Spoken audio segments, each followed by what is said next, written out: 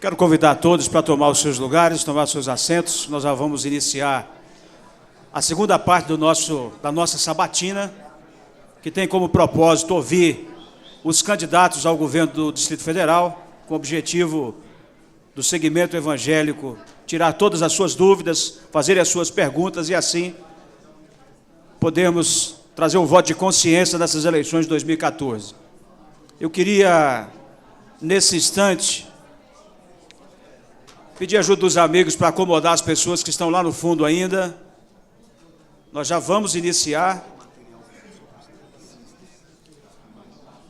Já estamos com a presença do governador Agnello aqui conosco, mas para iniciar, como exemplo da primeira, eu quero convidar o pastor Ricardo, nesse instante, que é o anfitrião da nossa reunião, para poder fazer as considerações do início e já uma oração para iniciarmos o segundo momento do nossa sabatina. Pastor Ricardo, vamos receber o pastor Ricardo com a salva de palmas.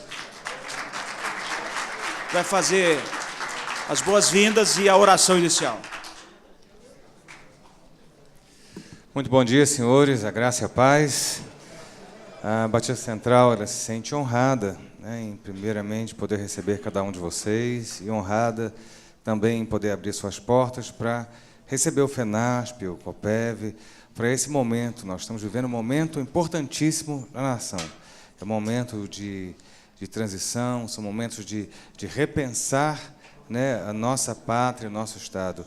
E o que nós mais precisamos nesse instante, além de ouvir e votar, é orar, como igreja, como servos. Eu entendo que a Bíblia fala: feliz a nação cujo Deus é o Senhor. Esse é um ponto.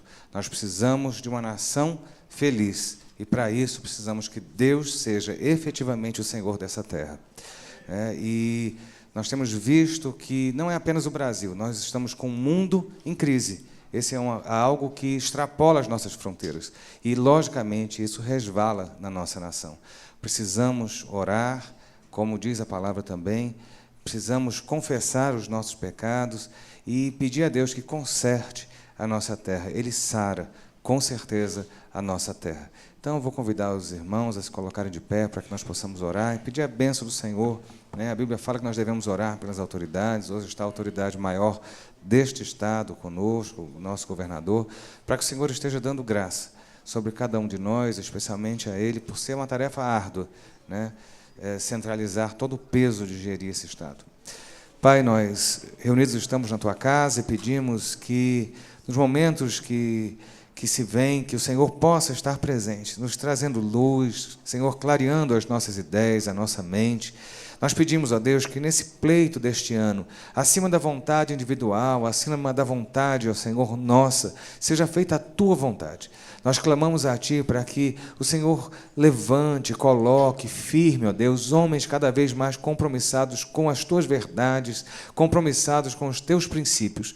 Ó Deus, nós somos boca profética no meio desta nação e queremos assumir uma posição de profetas. Ó Deus, recebemos nesta casa o nosso governador, oramos pela autoridade, oramos pela sua vida, que o Senhor esteja recuperando sua saúde, que o Senhor esteja dando graça para completar este primeiro termo de mandato. Ó Deus, nós sabemos os ataques, as dificuldades, mas pedimos a Tua bênção e a Tua graça sobre este homem que está embutido da Tua autoridade que foi delegada por Ti. Esta é a nossa oração no nome de Jesus. Amém.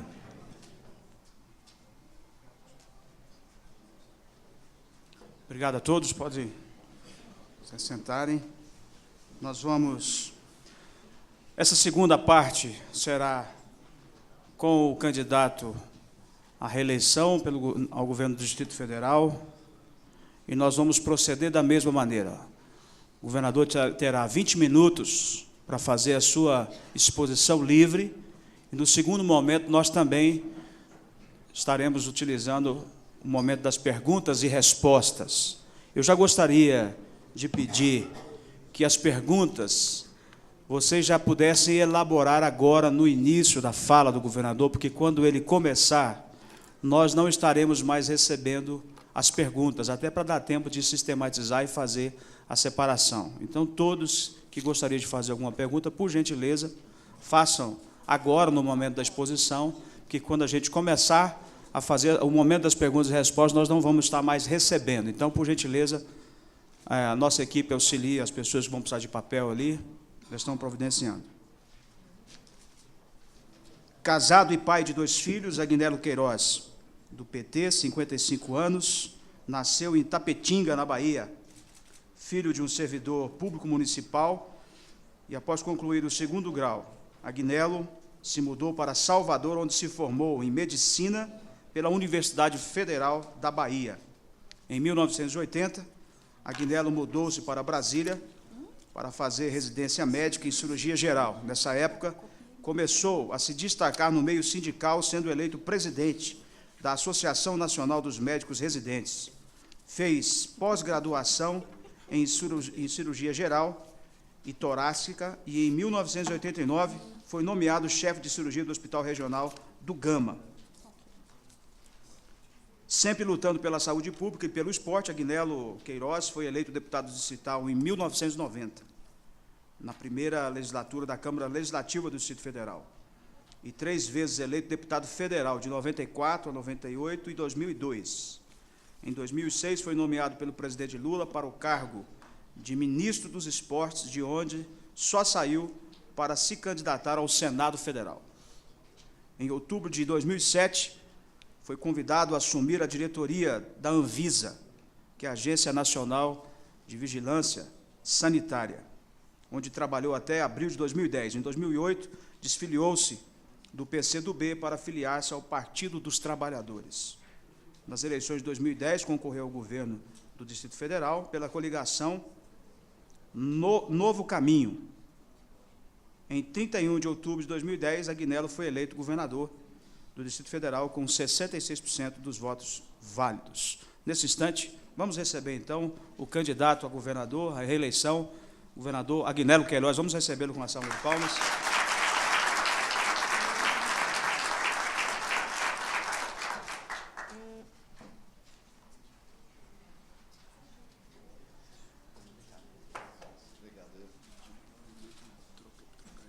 O candidato terá, nesse instante, 20 minutos para fazer a sua exposição inicial.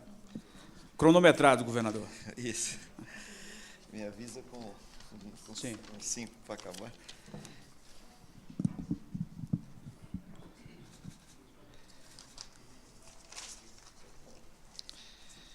Bom dia a todas, bom dia a todos.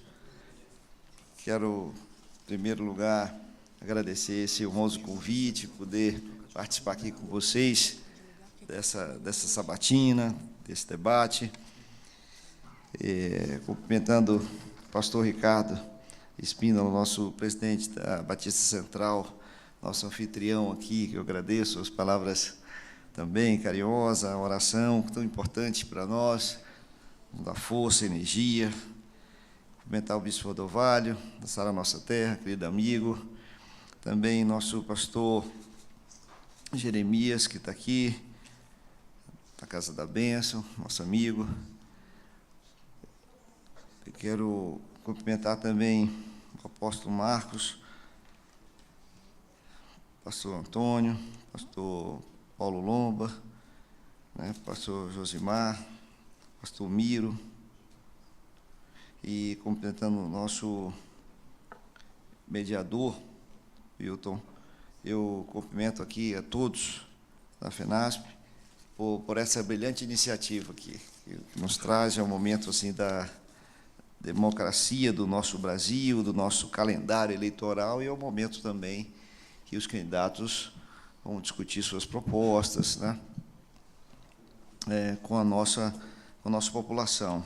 Aqui com minha companheira Ilza, também minha esposa. E gostaria de, em primeiro lugar, nessa exposição, por ser um governador em exercício, estou nesse mandato, então fica mais fácil, porque a relação construída com o nosso segmento evangélico vai ser seguramente a mesma, ou, claro, aperfeiçoar mais ainda, avançar mais do que nós já tivemos. Fizemos um governo que tem os princípios que estão em todas as suas ações, Isso é uma questão de princípio, então, portanto, é a nossa postura em toda a atividade de governo. É um governo que é um governo plantado na justiça, portanto, justamente pela minha relação com o nosso povo evangélico, com o povo de Deus, que aprendi muito e aprendo todos os dias, coloco a questão da justiça como uma questão central no meu governo, por isso que é um governo que tem a prioridade para aqueles que mais precisam, e o maior indicador disso é que eu botei no orçamento para as políticas sociais de diminuição de desigualdade R$ 1,5 bilhão para essa área. Quando você quer saber se uma área social ela tem prioridade, não vá pelo discurso de cada um. Pergunte quanto que botou no orçamento para essa atividade, que esse é inequívoco. É por isso que, nesse período, nós reduzimos a desigualdade nessa cidade, que era a cidade mais desigual do Brasil. É um indicador que me incomodava profundamente. Como é que a capital do nosso país pode ser a cidade mais desigual do país? E hoje já não é mais a mais desigual, que com a política desde 2011, 2012, 2013, e as pesquisas já do índice de Gini desse período, a nossa curva de desigualdade, que era ascendente, ou seja, crescente, passou a ser decrescente. Nós tínhamos 10% da nossa população na pobreza, quem ganha abaixo de R$ 140 per capita, e na extrema pobreza, abaixo de R$ 70 per capita. A soma dessas duas áreas dava um pouco mais de 10% da nossa população. Hoje isso está reduzido a menos do que 3%, porque fizemos uma política ofensiva de transferência de renda, incorporamos no nosso cadastro 63 mil famílias que estavam fora, isso com busca ativa. Passei a botar mais recursos para a transferência de renda. Cada real que o governo federal coloca, Evandro, nosso deputado distrital aqui, Evandro Garla, também, que é um grande amigo e tem ajudado muito lá na Câmara Legislativa, cada real que nós colocamos, cada real que o governo federal coloca para combate à pobreza, nós colocamos R$1. É por isso que o Distrito Federal é a única unidade da federação que o repasse mínimo para essas famílias que precisam, dentro desse critério, é de R$140, porque o governo federal passa R$70 com o Bolsa Família. Eu boto mais 70, dá R$140 per capita mês. É claro que alguns recebem mais por conta da quantidade de filhos, por conta de ter idosos ou deficientes, etc. Mas, no mínimo, é R$140. Isso foi fundamental na política de combate à pobreza. Tanto é que, da extrema pobreza, hoje é 0,7%. Significa a extinção completa da extrema pobreza, e que nós estamos, com nossas equipes, fazendo busca ativa. Nós é que vamos atrás para fazer a busca ativa. Então, porque às vezes é migrante, às vezes são pessoas que ainda não chegou essa informação, e nós temos que alcançar, botar num cadastro único, tanto garantir a transferência de renda, mas também, quando você garante, já está no cadastro único, você garante as outras políticas, porque aí, através disso, nós estamos oferecendo creche, nós estamos oferecendo qualificação profissional para essas pessoas. A política habitacional também atinge essas pessoas, porque é justamente prioridade de 0 a 3 salários mínimos, e nós estamos atendendo, para vocês terem uma ideia, só com os catadores nós estamos oferecendo, são 2.000 unidades habitacionais no programa, nosso programa Morar Bem, que é a parceria, com Minha Casa Minha Vida. Então, do ponto de vista de renda, já é considerada pela ONU como extinção da pobreza e da extrema pobreza. Nós temos que avançar mais com relação aos serviços públicos, e, sobretudo, a parte de inclusão no mercado de trabalho. E uma medida que nós adotamos para isso foi justamente a qualificação. Criamos a Fábrica Social. A Fábrica Social hoje tem 2.000 pessoas, na sua grande maioria esmagadora são mulheres, nós localizamos essa fábrica primeira, que é na Estrutural, onde tinha o maior desemprego do Distrito Federal, e pela proximidade justamente com o lixão, e muitas daquelas mulheres que eram catadoras, que só tinham o Bolsa Família, hoje trabalhando, tendo uma profissão, estão ganhando 10 vezes mais do que recebia com o Bolsa Família. E às vezes mais, porque tem mulheres ali ganhando R$ 1.200, R$ 1.400, até R$ 2.000 por mês, em um trabalho de qualificação, né, fazendo confecção de camisas, bonés, sacolas, bolas, redes, todo esse material que é elaborado na fábrica social para os nossos programas sociais. Portanto, essa é uma das medidas de inclusão que nós temos feito, de diminuição da desigualdade. E estamos fazendo isso também na área rural, não só na área urbana, mas também na área rural, com transferência de renda, com construção de casas, substituindo as casas precárias por casas de alvenaria. Enfim, então, essa é uma política que, para mim, tem muito a ver com fazer justiça. E isso eu aprendi com meus irmãos, porque eu tenho certeza que um governo cristão, ele tem que atender a quem mais precisa primeiro. Ele tem que atender a quem mais precisa primeiro. E é isso que nós estamos fazendo. Para aqueles que não têm sindicatos, que não têm organizações atrás, que têm grandes dificuldades, e isso tem que ser um governo como o que nós estamos fazendo. Então, eu tenho tido essa posição de forma permanente, e quero dizer para os meus irmãos, não vou fazer aqui um balanço mais geral de governo. A única coisa que eu posso dizer de forma sintética é que eu peguei uma situação de uma cidade que estava completamente desacreditada, tinha passado por uma crise profunda, quase perdeu sua autonomia política. Eu organizei essa cidade, organizamos o orçamento, limpamos todas as pendências, tinha mais de 70 inscrições em cadastro de inadimplência, tanto nos organismos nacionais como aqui.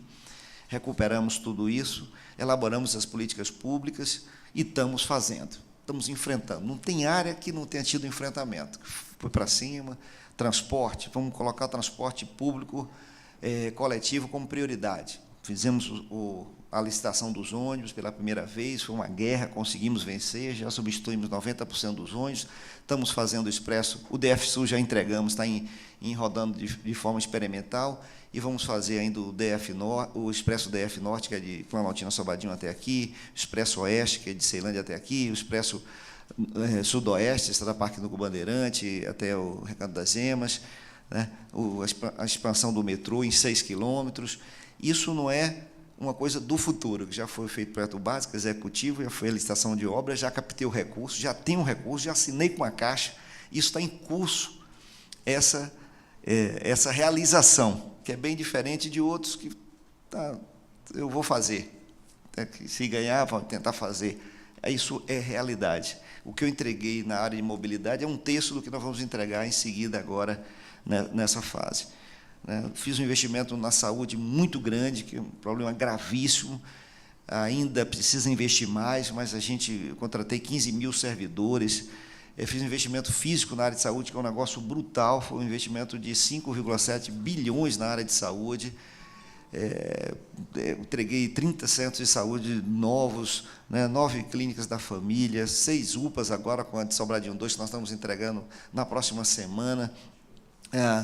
O Hospital da Criança, estamos fazendo um Hospital da Criança, já inauguramos o Hospital da Criança, que já atendeu 1 milhão de atendimentos, mostra que grande parte desse atendimento vem de fora de Brasília, e casos graves, casos de câncer, são casos complexos, mas é um atendimento maravilhoso, humano, de boa qualidade.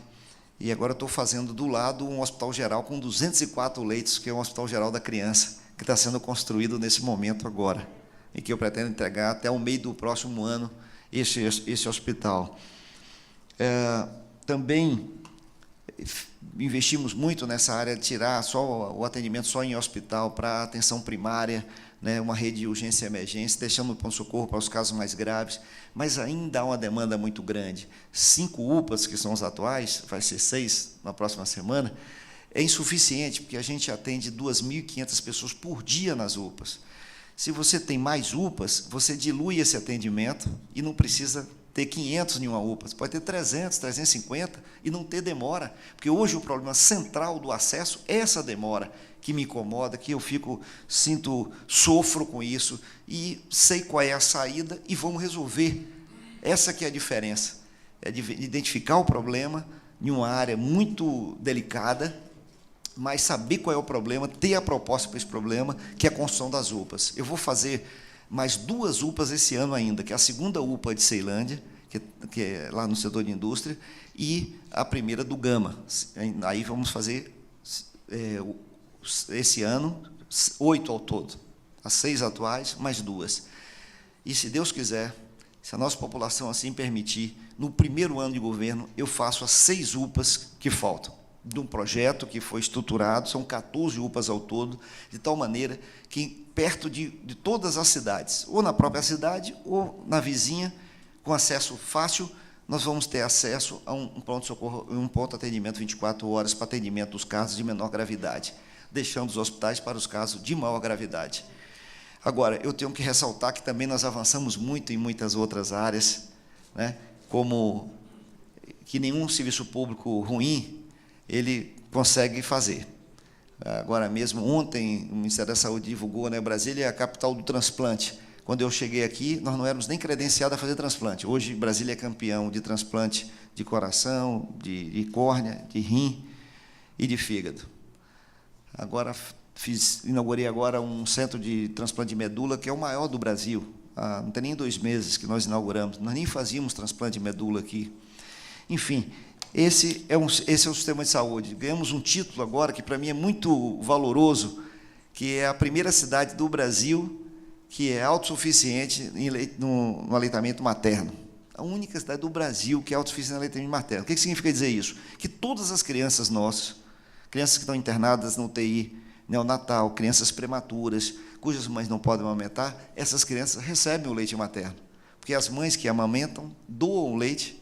Nós temos uma rede de banco de leite, que é a única no Brasil com essa capilaridade, e consegue oferecer o melhor alimento para nossas crianças. Por isso que a mortalidade infantil é muito pequena aqui, porque recebe o melhor dos alimentos, que é o leite materno.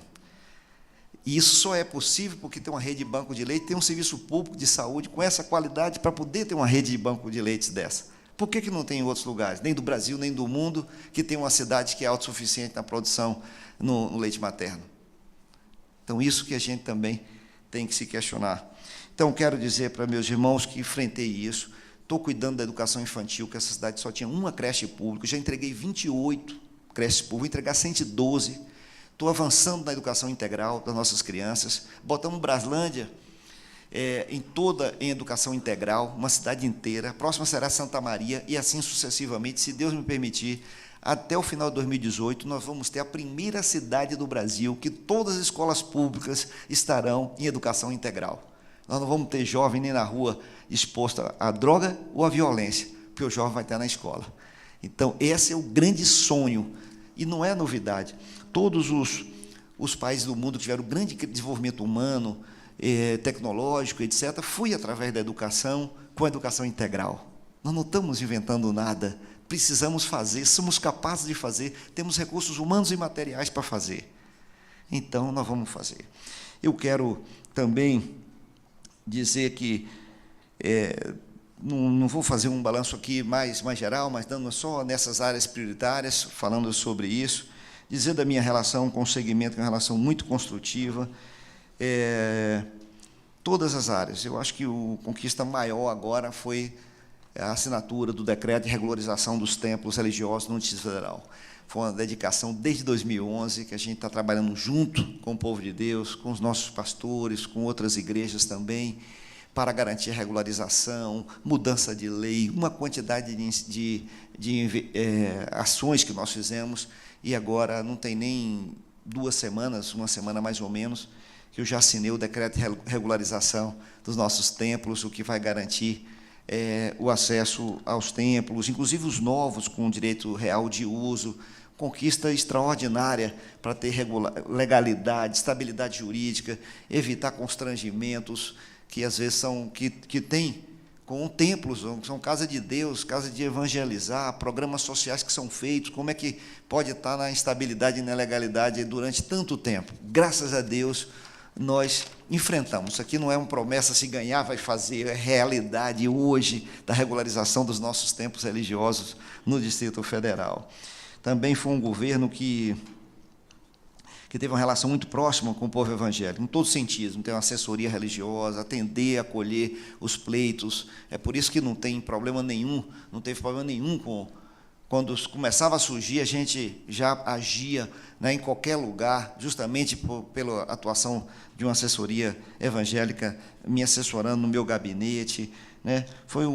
Não tem governo na história do federal que tenha usado os quadros, recursos humanos evangélicos, como eu fiz com administradores, secretários, como fiz a quantidade desse espaço, que mostra grande afinidade, relação e confiança com esse segmento, que foi grande parceiro na construção e recuperação do Distrito Federal. Apoio a todos os eventos, inclusive, né, com o Festival Promessas, que é um evento de grandes dimensões, que coloca, né, a estatura necessária para o segmento evangélico na cidade da capital do Brasil, um evento de grande êxito, um evento de massas, de espetacular. Enfim, por isso que não teve derrubada de igrejas no meu governo, tudo isso por uma ação muito forte. Mas eu quero destacar uma parceria, já finalizando aqui, que é a parceria com o povo de Deus, são parcerias na área social. Vocês podem observar que todo esse esforço que nós estamos fazendo, por exemplo, com a área, o que nós estamos fazendo com creches, por exemplo, nós estamos fazendo as creches, e várias dessas creches estão sendo administradas por instituições evangélicas, dando oportunidade, são chamamentos, são editais, mas são várias creches que estão sendo administradas. São creches, pessoal, creche que custou 2,5 milhões, são creches de 10 horas que a criança fica, 5 refeições, é uma estrutura maravilhosa, com cozinha, com berçário, com toda uma infraestrutura maravilhosa. Não é qualquer creche que alugou uma casa e botou as crianças, não. É a estrutura de uma grande escola que nós estamos destinando às nossas creches, que estamos entregando. Então, as parcerias com o povo de Deus, fundamental. Tem um programa de cidade acolhedora, que é uma coisa mais humana, que é a retirada das pessoas, da população de rua, com convencimento, que nós tiramos 800 pessoas da rua, também em parceria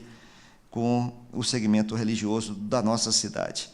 Por isso que esse governo é voltado pelos princípios da família, o nosso governo, não transigir com relação a isso em nenhum momento, não tive um problema, e, com isso, dá grande estabilidade para o funcionamento da nossa cidade em paz, uma cidade com Deus. Então, como disse aqui o pastor Ricardo, eu também posso dizer, com relação à nossa cidade, com muito orgulho, né? Feliz é a cidade cujo Deus é o Senhor. E a nossa cidade, graças a Deus, ela tem tido muita paz com relação a isso, porque tem um governo cristão, né, que se baseia nos princípios cristãos, governo respeitador, governo que respeita a pluralidade, mas não abre mão, né, da sua linha central, que é um governo cristão. E isso faz toda a diferença. Talvez por isso temos essa relação tão próxima, uma relação crescente, uma relação de maior proximidade, de trabalho conjunto, de enfrentamento dos problemas com o nosso segmento religioso. Ali, o pastor Daniel também chegou ali agora, o pastor João daí. Para concluir, muito obrigado. E eu posso concluir, para a gente fazer esse debate, dizendo que toda vez que saio de manhã, eu peço proteção a Deus, para que possa me dar sabedoria, possa iluminar, possa governar a nossa cidade. Eu sei do grau de dificuldade que enfrentei, e que se não fosse a oração dos nossos irmãos, com muitas orações, ter um Deus em todas as minhas ações, né? Desde quando saio de manhã em casa, no meu gabinete, e muitas vezes está recorrendo à palavra de Deus para inspirar, para dar força. Eu tenho certeza que não teria conseguido pegar a minha cidade, depois de um período desse, e num período tão curto, a cidade está em outro patamar hoje, respeitada, autoestima elevada, elogiada no mundo inteiro, que é a imagem da nossa cidade, que nós queremos, de um povo trabalhador, uma cidade limpa, organizada, um povo hospitaleiro. Foi isso que, nesse período da Copa, nós mostramos para o mundo inteiro. Não tem preço que pague isso, que é a imagem de uma cidade que garante o desenvolvimento econômico, os investimentos, que futuro para a cidade. Isso é a realidade de hoje. Isso foi com muito trabalho, muita dedicação. É verdade que eu pouco divulguei, porque não é a minha característica, eu sou cirurgião. Eu estou acostumado a fazer, quando estou operando uma pessoa, meu objetivo é resolver o problema da pessoa, e não divulgar e falar para alguém que eu estou fazendo. E divulguei mal, não divulguei tudo o que fiz. A imprensa não divulga as coisas boas, e divulga o que está ruim, o que precisa fazer, e etc. Mas nós temos que divulgar, e eu reconheço isso e faço essa autocrítica. Mas não me arrependo, porque a população elegeu um gestor, não elegeu um marqueteiro, alguém que vai resolver as coisas falando o que está fazendo. Então, o que importa para mim, no meu coração e no meu conforto, é ver um depoimento de uma mãe falar que a vida dela mudou por causa da creche, que agora pode trabalhar, que antes estava com dificuldade de dar alimento aos seus filhos, porque não podia trabalhar, agora pode. O que importa para mim é entregar uma casa de 3 apartamentos para uma pessoa, 3 quartos para uma pessoa que estava morando em um fundo de quintal e hoje tem sua casa própria, com toda a infraestrutura. O que importa para mim é saber que uma criança é bem cuidada, mesmo com uma doença grave, sabe que vai no assunto da criança bem atendida. E tem o meu sofrimento também, porque ainda não resolvi tudo, tenho que avançar mais e vou me dedicar mais, sei qual é o caminho e vou me empenhar, porque eu sofro em não ter resolvido tudo e não dá para resolver tudo num período tão curto como esse. Mas quero também agradecer a base do governo nossa, Evandro está aqui, que se não fosse também, Evandro, uma base consistente. Candidato que não tem uma base, Evandro, pela experiência que a gente viu, não consegue sequer governar. E eu tive uma base que me ajudou a fazer isso, porque seria impossível fazer sozinho se não fosse uma base consistente, fiel, como o nosso companheiro Evandro Garla, que é um exemplo também de parlamentar, exemplar na Câmara Legislativa, com muito orgulho. Então, e também é proveniente do segmento, o que também dá mais orgulho ainda. Então, quero agradecer, em nome dele, uma base de governo, a Tadeu Felipelli, que é meu vice também, que ajudou, ombro a ombro, todo esse enfrentamento, e botar à disposição de vocês para as perguntas. Obrigado. Muito obrigado, pessoal. Obrigado, governador. Obrigado.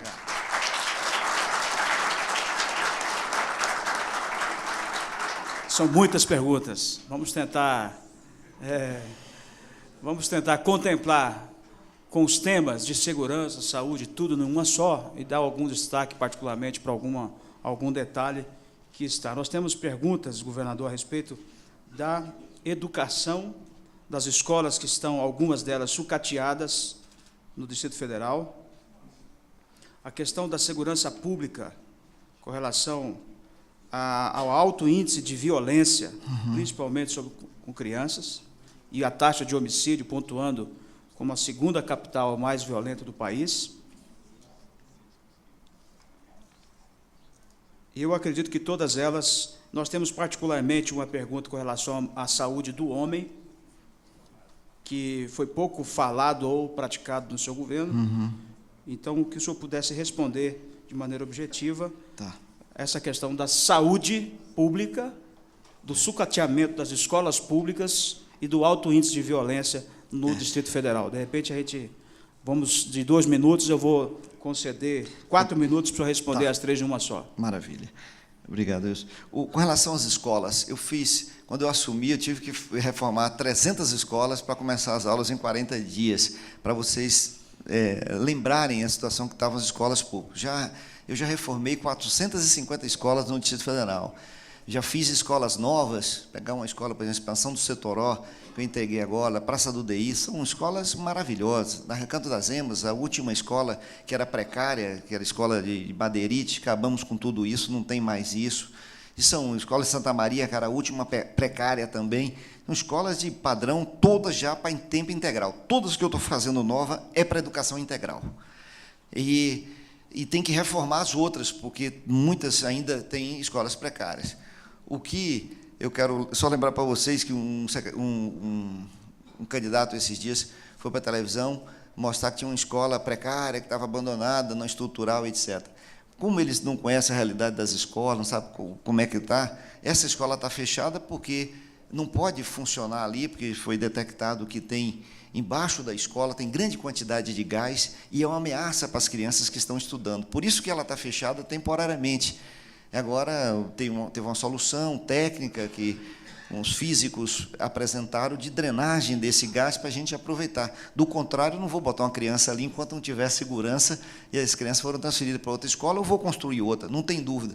Mas mostrar uma escola daquela como uma referência é falta de conhecimento absoluto.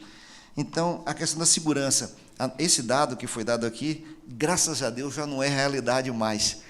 Hoje, quando eu peguei o Distrito Federal, ela estava entre as 50 cidades mais violentas do Brasil, do mundo. Tem 16 cidades do Brasil. Nós estávamos em 2010, não estamos mais. Portanto, tem 16 cidades do Brasil, né, que estão nessa lista, infelizmente, não Brasília mais. A redução do número de homicídios se comparava ao dado de agosto, portanto, do mês passado. Com relação a agosto do outro mês, nós reduzimos em 20% o homicídio, e tem, das 31 cidades do Distrito Federal, das regiões administrativas, 20 cidades não teve nenhum homicídio em agosto. 20 cidades, graças a Deus, 20 cidades, não teve um único homicídio. E isso é um avanço. Agora, eu botei mais 1.056 policiais na rua, são 500 duplas, todas já estão entrando para a dupla Cosme e Damião, para as áreas de maior vulnerabilidade. Estou chamando 700 agora, em outubro estou chamando mais 700 para fazer curso, Polícia Militar. Corpo de Bombeiros tinha 12 anos que não fazia concurso, não tinha nem soldado mais no Corpo de Bombeiros. Fiz concurso e hoje é outra realidade o Corpo de Bombeiros. Aumentei o quadro da Polícia Civil em 3.000 servidores. Estão fazendo um concurso, já fiz um concurso de 1.000 e já está chamando paulatinamente. Já chamei 400, agora esse mês mais 100, paulatinamente, todos esses que estão sendo feitos. Além de investimento em quartéis, em equipamentos individuais, de segurança e tecnologia com monitoramento da cidade. Então, estamos avançando. É um problema sério, é um problema delicado, mas estamos enfrentando. Hoje, nós temos uma central de monitoramento que é invejável, que está instalado hoje no Distrito Federal. Serviu já para a Copa e é nosso, permanentemente para a nossa cidade. São 850 câmeras que estão sendo instaladas nas áreas mais vulneráveis da nossa cidade.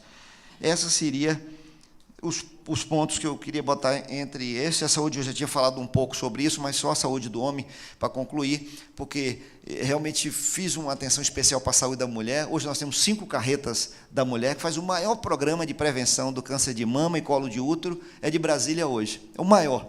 Hoje nós estamos ajudando com a 5ª carreta nossos irmãos do entorno. Essa carreta está precisamente hoje, uma carreta dessa está em Águas Lindas agora, nesse momento, estava em Valparaíso, para ajudar nossos irmãos também da região que não tem esse tipo de assistência. Mas a carreta é um sucesso muito grande, né, muito grande. Agora eu fiz a carreta da visão, já fiz 20.000 cirurgias de cataratas nos idosos que tinham 5, 10 anos, que não podia pagar 10, 15 mil reais para fazer uma cirurgia. Hoje é gratuito, com qualidade, todo mundo operando rapidamente.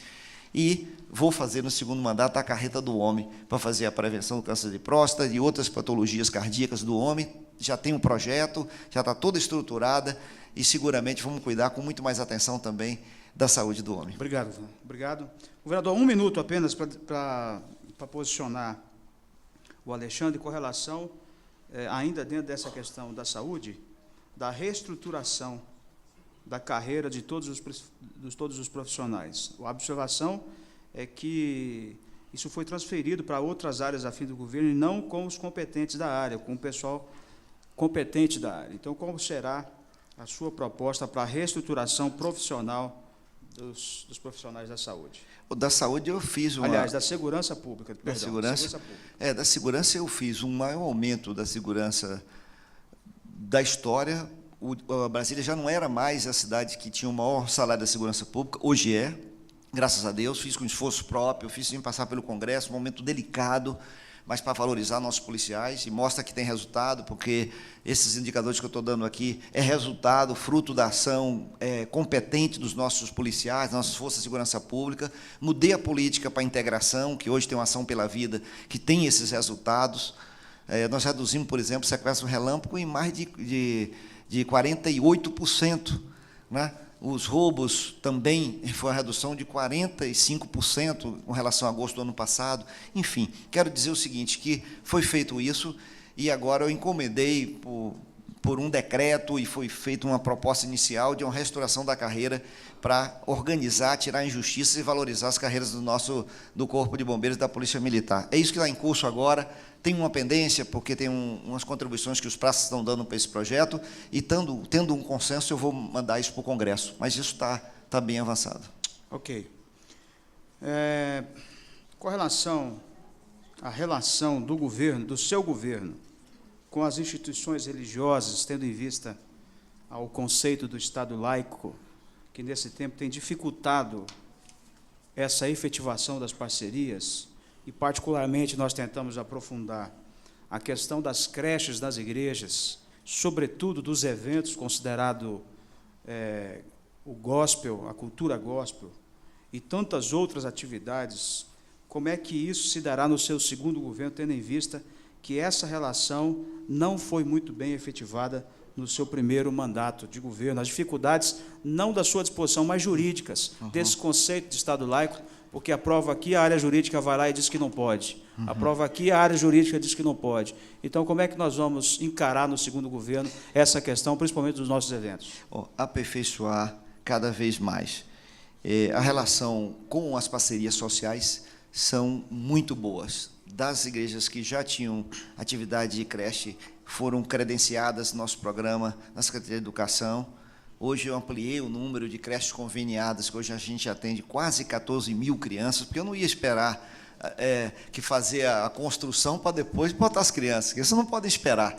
Então, nós ampliamos com a sociedade civil, e um dos parceiros importantes foi justamente o segmento evangélico, que ampliou o número de creches com a gente, conveniadas. Nós, hoje, somos a unidade do Brasil que paga o maior per capita por criança.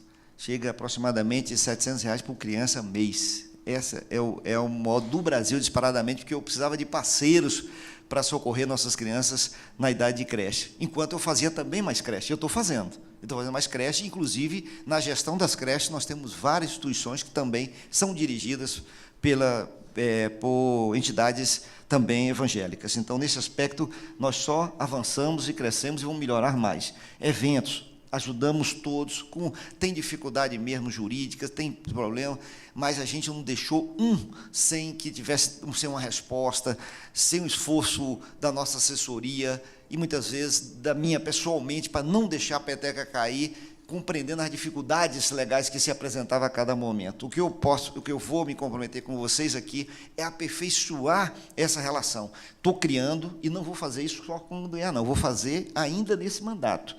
Eu vou fazer um departamento específico na Secretaria de Cultura, vou fazer um departamento específico da Agricultura para cuidar só do segmento, porque é uma área que cuida de todas as manifestações culturais, está envolvido em todas as áreas, e quando chega uma demanda específica para um evento gospel, etc., às vezes não tem o mesmo tratamento das outras áreas. Como fazer isso, já que é uma decisão política do governador e desse governo de encarar essas manifestações culturais com grande importância, onde agrega a juventude, onde não tem uma única ocorrência nos eventos gospel, são os eventos mais seguros, são os melhores eventos que existem. Não tem uma briga, não tem um problema. Eu vou em vários, que eu vou com da juventude, acabei de ir agora nessa área, maravilhoso evento, tinha mais de 10 mil jovens, um negócio espetacular. Isso nos enche de alegria o nosso coração, porque aquele jovem ali, eu tenho certeza que esse não vai mais para droga, ou para violência, ou para o mal, porque ele está na igreja, está evangelizando, esse é o jovem. Então, eu quero dar mais atenção e mais eficiência na vontade política. Isso você está certo nesse aspecto, e eu vou, dentro da própria secretaria, eu estou criando um departamento que vai cuidar especificamente com a interlocução própria, com a experiência que vai adquirir, para poder atender cada vez mais essas atividades. Ok, obrigado. Governador, por que não foi criado no início do governo e somente agora? É muita coisa. É muita coisa. Eu poderia dizer o seguinte, eu não deixei de responder no início as demandas que existiam. Porque muitas vezes, inclusive, chegava a mim e eu estava pronto para responder. O governador, pessoalmente. Talvez por isso não tenha sido criado. Hoje eu sinto necessidade de um funcionamento regular, estável, pela relação muito boa que foi criada, por ter atendido a grande maioria esmagadora. Eu falo assim, sem medo de errar, Daniel, aí, que a gente atendeu 90% dos pedidos dos eventos dessa cidade, de todas as denominações, sem medo de errar, sem medo. E isso não é pouco, e essa demonstração prática desse compromisso. O criar é um aperfeiçoamento para ter interlocução, porque, às vezes, quando você bate na secretaria, você fala com um hoje, com outro amanhã, com outro depois de amanhã, isso não dá efetividade, o conhecimento da especificidade do segmento. E eu não quero misturar isso com o geral, é por isso. Okay. Mas eu vou aperfeiçoar, eu estou reconhecendo que pode melhorar, e vou melhorar. Muito bem. Obrigado, governador.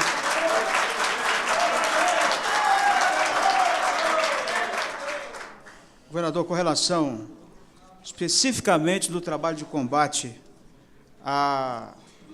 às drogas e da recuperação e a inserção desses jovens na sociedade, efetivamente, quais foram as iniciativas do seu governo, junto especificamente às nossas comunidades terapêuticas, a nível de apoio, a nível de políticas públicas para essa questão do combate às drogas e da recuperação dos drogados? Essa área é uma das áreas que a gente fez uma política de combate ao crack e outras drogas, o Viver Sem Limites, e pouco divulgado. Essa é uma daquelas que eu falei da dificuldade, porque esses dias eu recebi um elogio do ministro da Justiça, falou que o programa que está mais sintonizado... Pessoal do plenário, por gentileza, gostaria de pedir a atenção de vocês. Desculpa, governador. O programa que está mais sintonizado com a Política Nacional de Combate às Drogas, que também é tratado lá por vários ministérios, é o de Brasília. Eu estou falando isso, que eu recebi essa informação. E eu tenho certeza que a nossa população não sabe que eu fiz mais CAPs, são centros, né, de assistência psicossocial, do que todos os 50 anos do Distrito Federal. Fiz mais em 3 anos do que os 50 anos anteriores. Não tinha uma vaga de comunidade terapêutica credenciada, eu já tenho mais de 250 vagas credenciadas. Faço um programa de prevenção fortíssimo nas escolas, mas um programa de combate ao tráfico forte também, e, com isso, temos conseguido dar respostas. Boa parte dessa população, chamada população de rua, são usuários de droga. E, nessa abordagem que a gente faz, que é uma abordagem, são 15 equipes, cada equipe dessa tem uma Kombi, e cada equipe tem um egresso dessa área de população de rua. E tem uma linguagem própria nessa abordagem. Nós temos conseguido tirar muito, encaminhar essas pessoas para o tratamento. Já tiramos 800. Desses 800, você pode saber que 80%, 90% é de usuários de droga. Enfim, então, é uma política persistente, determinada, é uma situação problemática, todo mundo sabe que é um problema nacional e mundial isso é uma tragédia, uma epidemia que nós temos que enfrentar. Nós temos que enfrentar, sobretudo na parte da prevenção muito forte, mas não abandonar e dar chance às pessoas que podem recuperar. É isso que nós estamos fazendo com muita dedicação aqui no Distrito Federal. E parcerias, porque muitas dessas instituições que hoje têm comunidades terapêuticas são parceiros com tanto evangélicos como de outras religiões, que são nossos parceiros. Esse programa mesmo é chamado Cidade Acolhedora. Muitos de vocês talvez nem saibam que existe um programa carinhoso desse, um programa eficiente, humano, e que hoje já tirou mais de 800 pessoas das ruas do Distrito Federal. Que eu criei esses centros, são chamados centros POPs, para a população de rua, que a pessoa vai lá, toma um banho, come uma sopa, tem tratado de dignidade, e é justamente pela essa confiança e essa fidelidade que você cria, é que você tem a possibilidade de abordá-lo para tirar, para levar para outros lugares. Mas você vê os centros POPs daqui, já fiz um aqui, que é bem na área central do Distrito Federal, ao lado do parque da cidade, tem em Taguatinga também, mas é de muita dignidade no tratamento da população de rua. Talvez por isso a gente está tendo êxito de retirar, não retirar força, não fazer aquela higienização, botar a polícia e depois volta todo mundo. Isso não. Nós estamos fazendo isso com abordagem, e é permanente. E trabalham à noite, e trabalham no fim de semana. É de segunda a segunda que essas equipes da Cidade Acolhedora trabalham. E é uma parceria com a igreja também. Ok. O senhor saberia dizer qual o investimento alocado, se não souber agora, poderia nos fornecer depois, dos investimentos alocados para as comunidades terapêuticas nesse trabalho de recuperação que as comunidades já fazem na atualidade, que são inúmeras, e, rapidamente, a sua posição com relação à internação compulsória? Se me falha a memória, são 2 milhões. Eu preciso checar isso e te passo, porque nós temos hoje mais de, né, são 250 vagas que estão destinadas para a comunidade terapêutica. Com relação à internação compulsória, hoje já existe isso, a internação compulsória na prática já existe, né, porque tem sempre uma polêmica, às vezes uma falsa polêmica, porque quando há indicação, né, quando a família pede a indicação médica, você já faz já pode fazer hoje. Então, esse é um instrumento que é necessário, são casos que são necessários ter a internação compulsória, porque a pessoa perdeu o controle completo da sua vida e das suas ações, né? Você vê como, às vezes, você passa ali pela rodoviária e uma pessoa está ali no sinal, passando no meio dos carros, os carros andando, é evidente que aquela pessoa está botando a sua vida em risco, ali vai acontecer, vai tirar a vida daquela pessoa. Aquela pessoa tem que ser socorrida. Você está lutando pela vida, que é o bem maior. Esse é a única coisa que supera qualquer outra coisa, é a vida. A vida é o principal, é o primeiro. O resto você dá um jeito. Mas você não pode, eu não tenho dúvida, sou favorável, e hoje é possível aplicar dentro das regras atuais, não precisa fazer nada que muitas vezes a gente faz muita polêmica e não age, né? Hoje é possível agir, ter internação compulsória hoje. A lei permite hoje. Ok. Muito obrigado. Muito obrigado, governador.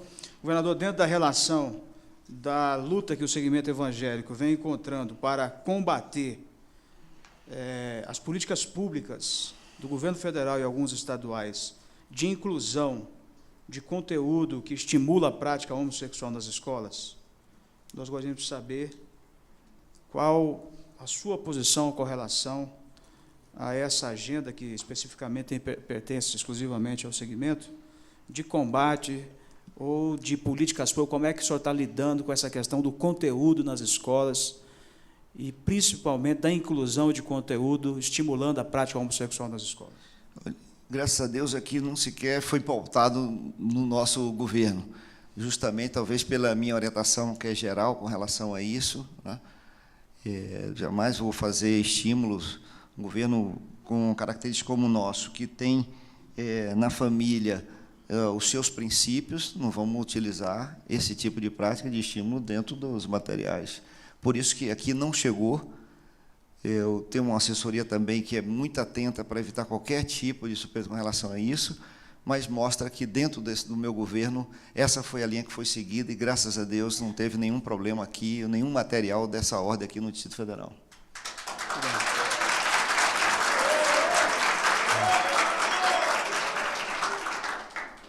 Governador, qual...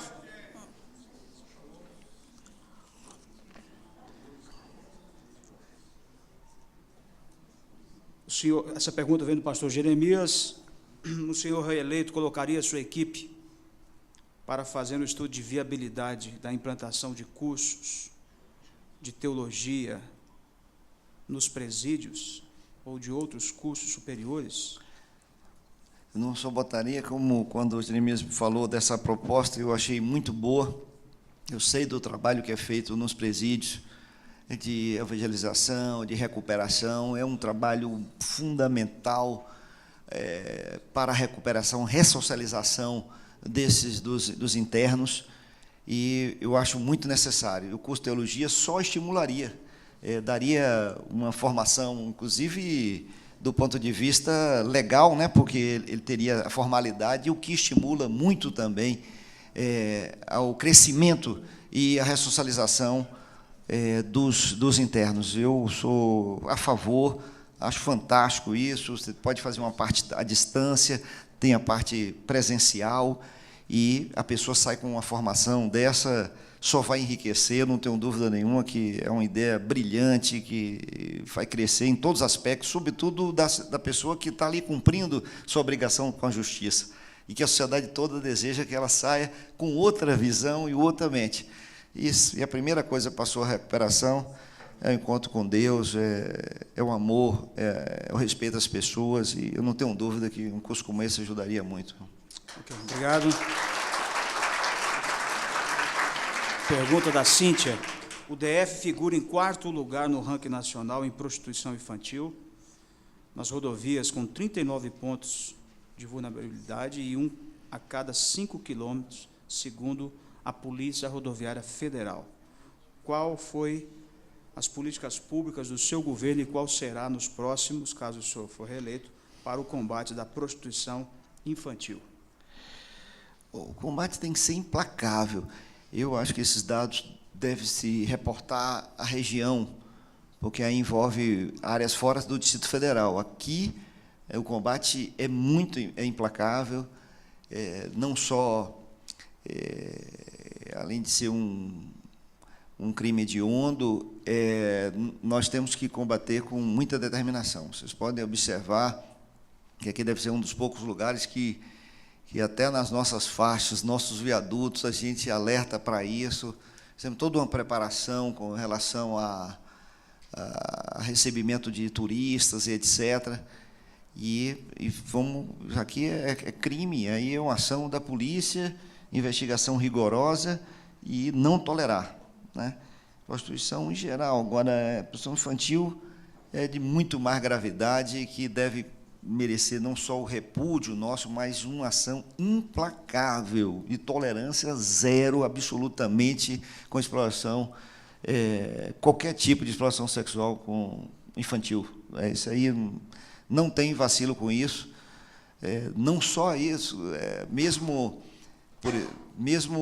o trabalho infantil no Distrito Federal, por isso que eu estou falando que, provavelmente, quem colheu esses dados está envolvendo áreas de rodovias, áreas do entorno do Distrito Federal, etc., e não aqui, porque mesmo no caso de uma coisa que, teoricamente, de menor gravidade, mas também merece uma atenção grande, que é justamente o trabalho infantil, que nós aqui também estamos reduzindo a zero no Distrito Federal, que foi uma ação muito forte nossa, né?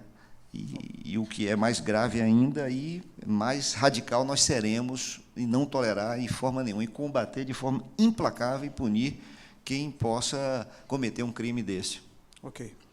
Governador, nós temos em torno de Brasília, uma população indígena de aproximadamente um pouco mais de 6 mil índios que vivem aqui em Brasília, e principalmente no local onde eles estão situados, no Noroeste, com falta de infraestrutura de água, de energia.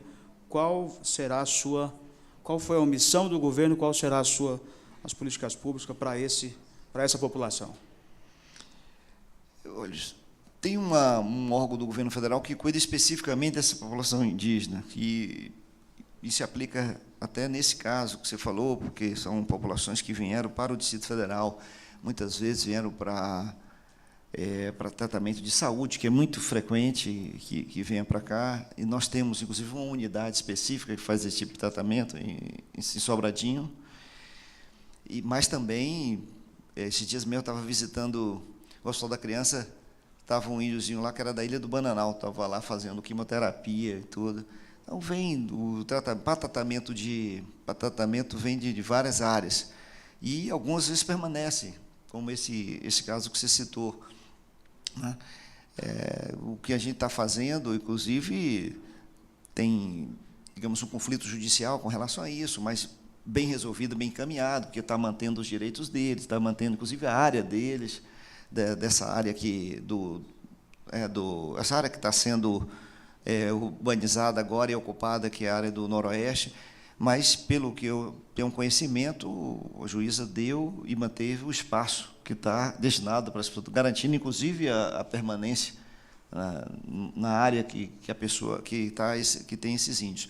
Mas devemos tratar também como áreas importantes, que a gente tem que olhar a parte dos direitos humanos dessas pessoas, poder ter uma qualidade importante de vida. E, dentro dos serviços que são procurados no Distrito Federal, tem que ter a nossa acolhida completa. Aí não tem nem muita distinção das outras áreas. Eu acho que deve ser o mesmo, talvez até mais carinho ainda, por conta da dificuldade, mas oferecer o serviço público que a gente oferece para as outras áreas, né? e mesmo não sendo, digamos assim, um órgão nosso que cuida especificamente, é um órgão federal, mas tem a nossa solidariedade e o nosso compromisso de tratar especialmente para ter uma qualidade e poder retornar para suas áreas, etc., com dignidade, né? Nesse período de passagem aqui pelo Distrito Federal. Essa população, elas são permanentes, elas moram no Distrito Federal, são moradores daqui. Então, só a título de sugestão, essa comunidade mesmo que se encontra ali no Noroeste, estão completamente sem infraestrutura. Então, a sugestão, de repente, ainda do governo, se pudesse atendê-los. Eu estou fazendo a pedido de uma representante da comunidade indígena que está aqui no nosso meio, da Leli Terena. Então, eu gostaria que pudesse chegar ao seu conhecimento. Às vezes não chega mesmo, não é? Por conta de ter uma série de restrições, mas a título de sugestão. A pergunta do bispo Peterson sobre o corredor do ônibus da IPTG. Por que não foi comprado ônibus para esse corredor? Foi feito um corredor com a parada do lado oposto, né, dos ônibus, contrário, né? Então, na verdade, nós vamos dar jeito nisso, porque são essas coisas de projetos que não têm a preocupação mais completa, o cuidado necessário, e nós vamos fazer com essa área igual nós estamos fazendo com o Expresso DF Sul. Então, você já constrói aquela área, tem estações, igual aquele ponto de ônibus da PTG, que aquilo é uma coisa horrorosa, são estações, e você já contrata o material rodante de acordo com o que você está construindo. Então, quando você entrega aquela parte física, os ônibus já estão prontos, no lugar certo, né, onde vai funcionar. E agora já comecei a obra do Expresso DF Oeste, que é igual esse do Gama, Santa Maria, até o Plano. Então, vai ser do Sol Nascente, da Ceilândia, Hélio Prates, Sandu, vai fazer um túnel no meio, aí em Taguatinga, no centro de Taguatinga, e dar acesso à IPTG. Aí nós já vamos botar dentro desse projeto novo. Então, nós vamos tirar aquelas paradas que estão ali horrorosas e vamos botar estações, não vai ser mais parada de ônibus, e naquele mesmo lugar, na área central que está ali. E aí vai até o final da Asa Sul. Enfim, então esse é mais um corredor que já começou. Aquela obra do final da W3 que vocês viram, um conjunto de viadutos que está ali, já vai recepcionar, já está preparado para recepcionar o Expresso DF Oeste, que vai passar por cima daquele viaduto, é o que vem da Ceilândia. E nós vamos dar funcionalidade, vai funcionar, vai ser uma coisa boa, vamos dar vida à IPTG, porque agora ela vai ser, de fato, um projeto estruturado, que não foi até agora, mas vai ser. Ok. Nós estamos chegando ao final das perguntas, então a gente está tentando aqui contemplar, por tema, várias perguntas, obviamente que não está na ordem, mas com relação ainda, governador, à regularização dos terrenos, não apenas das igrejas, algumas pessoas até questionando aqui a questão dos condomínios, embora o senhor já tenha falado na sua fala que assinou o decreto, vai sair realmente do papel, os terrenos serão regularizados, ou nós vamos ter que conviver mais aí um período com essa incógnita aí? Não, já está saindo. A semana passada eu assinei, por exemplo, o decreto de regularização de um condomínio Marisol, que é ali em Arapuanga. Então, nós estamos em processo já aí já não é mais teórico, porque a parte mais difícil, pessoal, é você regularizar as áreas que não estão regularizadas, porque só entregam uma escritura depois que a área está regularizada. Então, por exemplo, no Sol Nascente, a primeira coisa que eu fiz no Sol Nascente, que é uma comunidade desprovida de toda a infraestrutura e que está ali há anos sem isso, a primeira coisa que eu fiz, regularizar. Trecho 1, já regularizei o trecho 2 e agora o trecho 3 no próximo mês.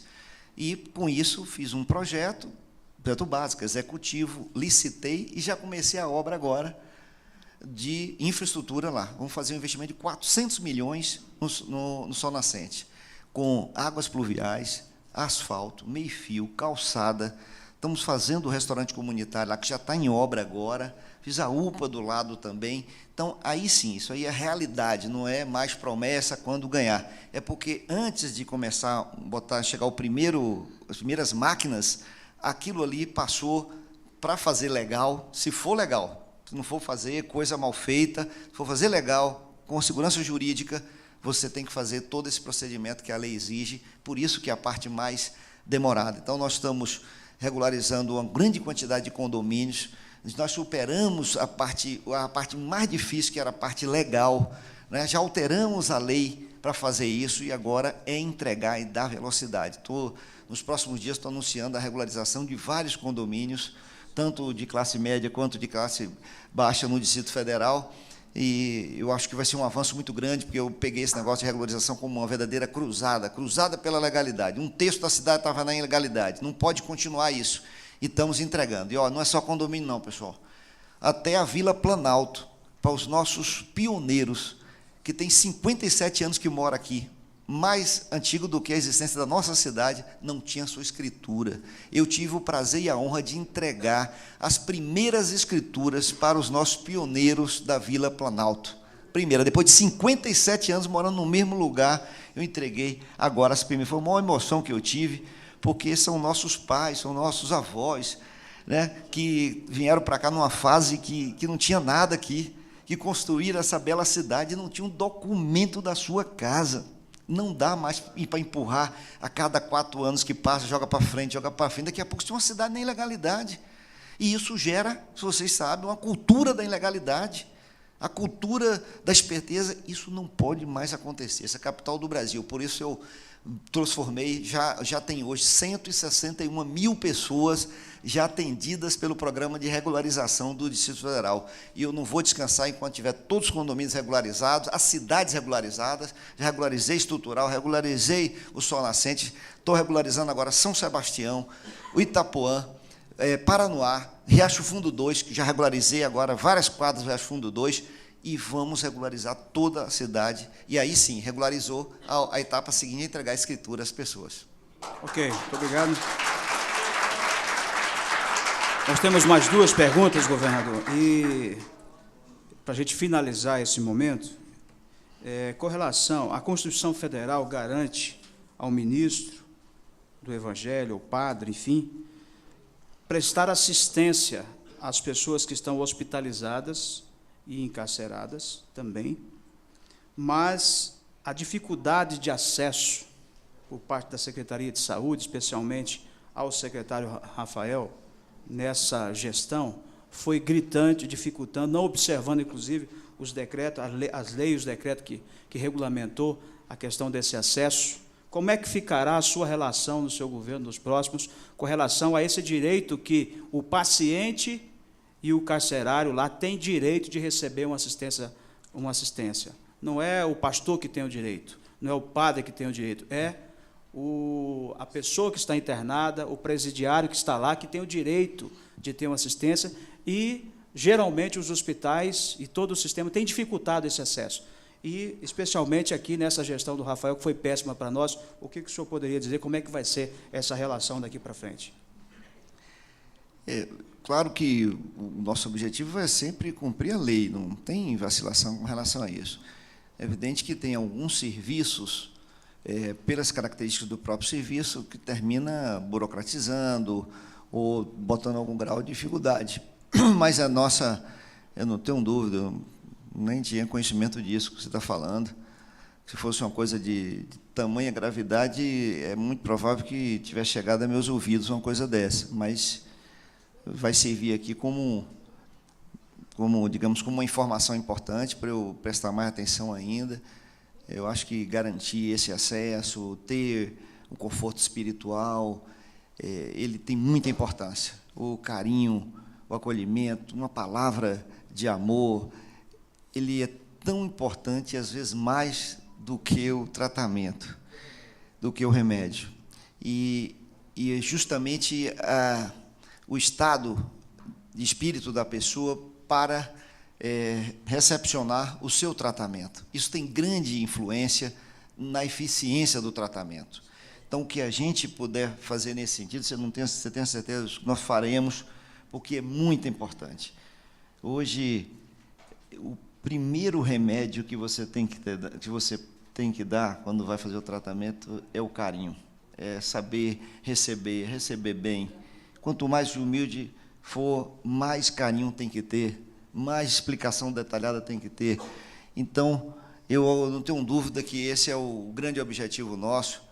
Eu tenho um sonho que é colocar todo o serviço público nosso, poder oferecer uma atenção como o Hospital da Criança, por exemplo, oferece, em 98% de grau de satisfação bom e ótimo por parte do usuário, só por isso, porque tem carinho, porque respeita profundamente.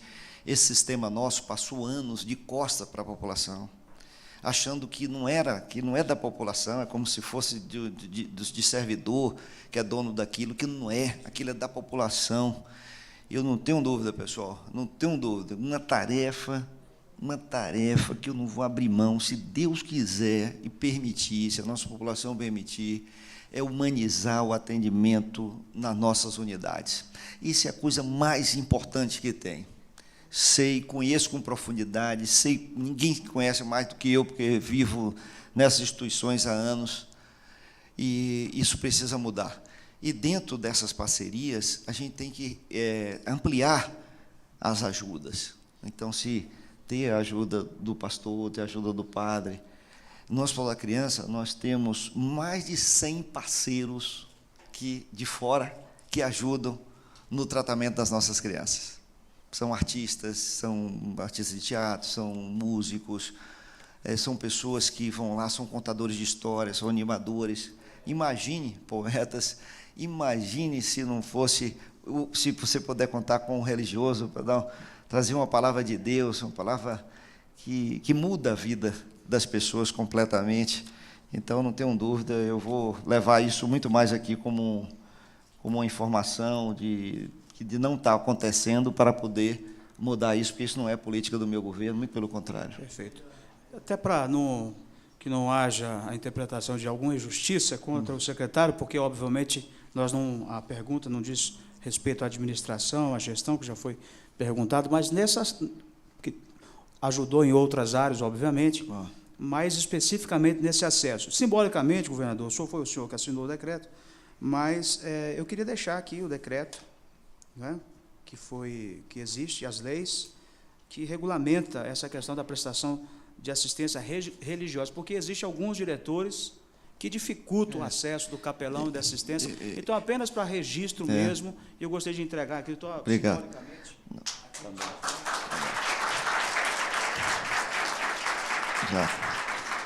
Porque aí é só, digamos assim, fazer, ao regulamentar essa prestação, né, você termina facilitando mais, né, digamos, fazendo com que essas resistências diminuam, e a nossa fiscalização tem que também agir para não permitir que isso ocorra, porque não tem sentido. Pelo contrário, é muito uma organização do setor e, às vezes, a insensibilidade de um ou outro que está à frente de uma outra área do que uma política geral, porque isso não pode. Inclusive, eu mesmo que morei em hospital, né, porque residência médica você mora no hospital. Eu morei no hospital. E no andar que eu morava, tinha um capelão que morava nesse mesmo andar, no hospital, etc. Você tem até espaço para atividades, quer dizer, permanentes. Então, não pode alterar isso. Eu acho que isso é uma conquista da nossa sociedade e é uma ajuda grande que o segmento religioso tem dado para os nossos pacientes. Não tenho dúvida nenhuma disso, creio nisso, né? E sei da importância disso. Muito bem, muito obrigado. Nós vamos para a última pergunta. Dentro do possível, a gente procurou contemplar todas, abarcar todas dentro das outras, mas como existe uma insistência aqui, eu acho importante. Governador, o pôr do sol, quando é que chega a estrutura do pôr do sol, que é uma pergunta de algumas pessoas que participam aqui, especialmente do pastor Bruno, que precisa de uma resposta do governo. Pastor Bruno, chegou já. Eu, inclusive, estive lá, foi na quinta, se não me falha a memória, ou sexta-feira, e até gravei nas ruas já com o maquinário e as obras em andamento, porque a sua agonia é a minha também, muito grande. E com proximidade de eleição, não queria que isso contaminasse com a eleição. Mas, para chegar a essa máquina, foi uma luta incansável desde 2011. o pôr do sol, o trecho 1 do pôr do sol, foi a primeira área que eu regularizei em abril de 2011, porque tinha um recurso do PAC 1, ainda do governo Lula, e já tinha sido adiado várias vezes, não ia adiar, a gente ia perder esse dinheiro. Eu botei a equipe, olha como eu peguei essa cidade, mesmo assim eu botei a equipe para trabalhar 24 horas e regularizei o trecho 1, para não perder esse recurso. Em abril de 2011, garanti o recurso, já estava regularizado o trecho 1, aí vamos fazer o que tem que fazer. Então, tem que fazer projeto básico, executivo, passar no Tribunal de Contas. Vamos saber muito bem o que é isso, ter licença ambiental, né? Teve, inclusive, uma deputada que foi no Tribunal de Contas tentar impedir que a gente fizesse a obra lá. Mas, hoje, é realidade, Bruno, que hoje nós estamos começando a obra já no trecho 1, o canteiro de obras está no trecho 2, eu vou regularizar agora o trecho 3, mas todo o projeto já é para os 3 trechos.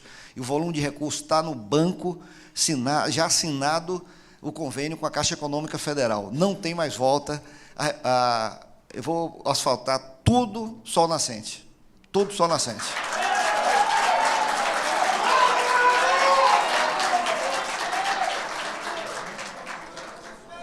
Ok, nós vamos, então, partir para o encerramento dessa sabatina. A nossa expectativa é que você, de alguma maneira, pudesse conhecer um pouco mais os nossos candidatos. Antes de encerrar, o governador terá, a exemplo do anterior, 5 minutos para suas considerações finais. Ao final, governador, nós estaremos entregando a nossa carta, que o nosso objetivo é que o senhor e o seu governo tenham um compromisso com as nossas bandeiras.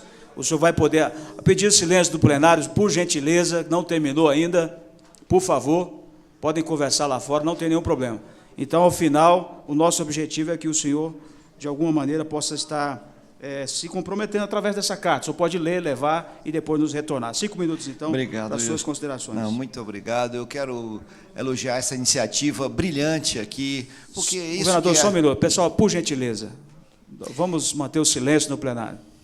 Eu quero agradecer muito esse convite honroso. Quando eu estou com os meus irmãos, eu sempre me sinto muito bem. E eu sei que esse período foi um período muito duro, né, muito difícil, mas eu lutei com muita determinação, muita vontade. Estou fazendo, estou enfrentando todas as áreas. Hoje, depois de um período desse, eu já fiz mais de 5.300 obras. Está disponível, inclusive, em um site. Não é só dizer que... Não é obra só de fazer obra pequena, não. Obras grandes, obras importantes. E hoje nós estamos em uma realidade diferente. Isso foi fruto também de muito apoio, né, de muita oração, porque sem isso também a gente não consegue resistir, não consegue superar. Então, quero dizer para vocês aqui com toda franqueza, toda honestidade, que me sinto mais preparado, mais experiente. O que fiz, que é mais do que qualquer governo fez na história, em qualquer área, podem escolher qualquer área. Eu desafiei num debate, porque todos que estão hoje disputando já foram governo. Fala, escolha uma área, você que escolhe, livremente, para ver se fez mais do que eu nesse período agora. Fiz mais. Mas só que eu sei, tenho uma ciência absoluta que posso fazer muito mais, que está em curso esse projeto, que não pode ser interrompido, que vou fazer mais. Por exemplo, se eu entreguei o Expresso DF-Sul, que é uma maior obra de mobilidade do Brasil, que é bacana, mas eu estou com 3 engatilhadas para entregar. O Expresso Norte, o Oeste e o Sudoeste, e a expansão do metrô. Se eu fiz 400 quilômetros de ciclovia, eu vou fazer mais 600. Se eu entreguei 28 creches, eu vou entregar 112 ao todo, porque as áreas estão liberadas, os recursos estão em casa e eu já estou fazendo a obra. Se eu fiz 6 UPAs, eu vou fazer 14 ao todo. Se eu entreguei 12.000 unidades habitacionais de grande qualidade, né, porque são casas e apartamentos com infraestrutura, com escritura, eu vou entregar 100.000 unidades habitacionais. Então, se eu já asfaltei 6.000 quilômetros de asfalto nessa cidade, que é metade da malha viária, eu vou asfaltar o resto em um segundo mandato, faço a outra metade, porque já sei fazer, faço certo, faço legalmente, faço mais barato. Claro que eu vou asfaltar a cidade, ficar toda, inclusive a área residencial, as quadras das pessoas, com asfalto novo, como estão as vias principais da nossa cidade. Portanto, é um projeto em curso, é um projeto vitorioso, só que foi um projeto que não foi tão divulgado. E é preciso, obviamente, contar com a ajuda dos meus irmãos aqui, com as orações em primeiro lugar, e também com a ajuda política. Eu vou pedir o voto de vocês. Eu sei que são líderes queridos, são líderes muito respeitados, que têm grande influência, e agora, na hora da eleição, que eu tenho que pedir a vocês para a gente continuar esse projeto juntos, né? Eu tenho a honra de ter na minha chapa principal o bispo Manuel Ferreira, que é o primeiro suplente do Magela, né? Então, isso me dá muita alegria, muito conforto, porque ter um homem de Deus numa posição dessa da chapa. Eu acho que a possibilidade dele vir assumir um Senado é grande, porque o Magela é uma pessoa muito bem articulada nacionalmente, tem potencial de ser um ministro, ser um secretário. Foi meu secretário de habitação com grande êxito, conduziu esse projeto habitacional, que é o maior do Brasil, e quem sabe a gente não vai ter um representante evangélico, um Senado representando essas bandeiras, como o bispo Manuel Ferreira, quem sabe? E, enfim, como outros tantos candidatos a deputado distrital, da nossa chapa, para dar um exemplo aqui do Daniel, e tantos outros, porque eu tenho uma coligação que tem vários candidatos, como o Júlio, tantos candidatos que são, né, como Jeremias, e são vários candidatos da nossa coligação que são pessoas de Deus, que têm muito compromisso com a família, com essas bandeiras, e que são meus irmãos e companheiros, e amigos hoje muito próximos, além de ser aliados. São amigos do peito que estão ajudando a gente a governar. Portanto, eu quero pedir a Deus que abençoe a todos nós, que a nossa cidade continue em paz, seja uma cidade de Deus, que continue essa cidade sendo abençoada por Deus, porque tem que ser o exemplo para o nosso Brasil. E é isso que tem que refletir, né? Uma nação, ela é uma nação abençoada, mas a nossa cidade também tem que ser uma cidade abençoada. Então, muito obrigado, que Deus abençoe a todos vocês, obrigado pela oportunidade. Eu quero levar a carta e trago. Esse é o princípio cristão, vai estar comigo. Eu quero convidar nesse instante o pastor Ricardo, mais uma vez o apóstolo Vila Flor, vou convidar o bispo Rodovalho, que vai, nesse instante, também fazer a oração de encerramento e também abençoando a vida do governador, e eu queria convidá-los também para que nós todos juntos pudéssemos entregar a carta aqui para o governador, registrar, e caso o governador assine, depois nós vamos estar publicando e fazendo uma ampla divulgação da nossa carta. Então, pedi ao bispo Rodovalho.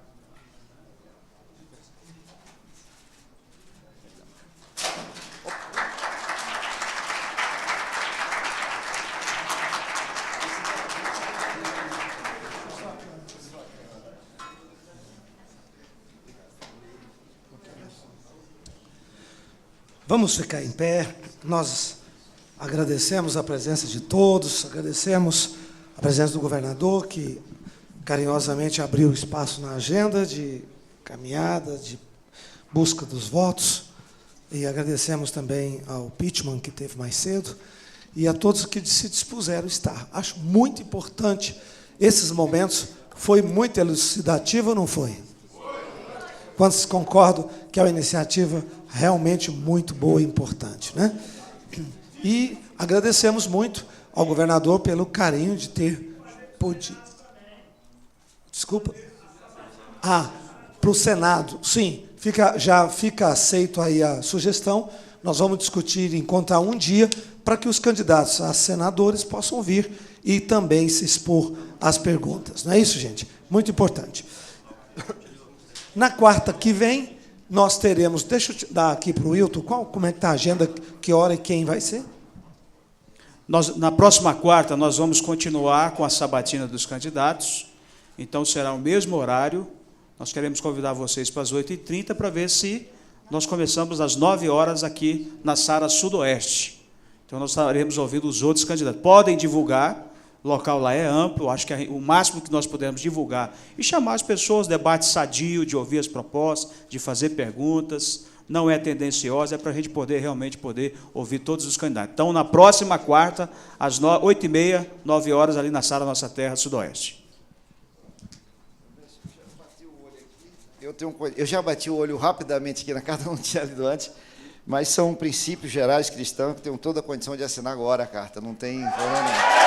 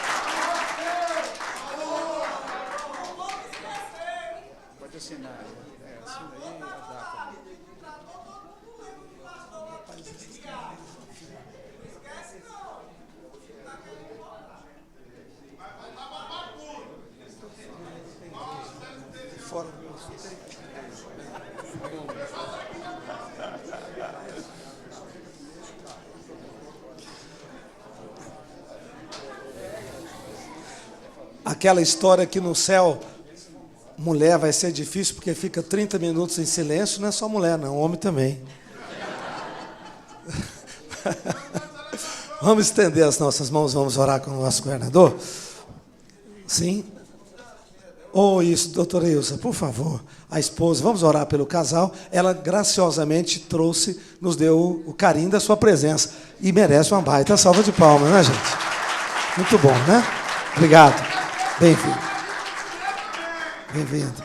Estenda as suas mãos e vamos orar. Pai, nós te agradecemos pela vida do governador Agnello, pela vida da doutora Ilza. Te agradecemos, Senhor, pela disposição de vir aqui, abrir, conversar, expor, falar, Senhor, dialogar com o segmento e, acima de tudo, nós pedimos que o Senhor abençoe a sua saúde, sua família, que o Senhor abençoe seu coração, sua lucidez e abençoe o Distrito Federal.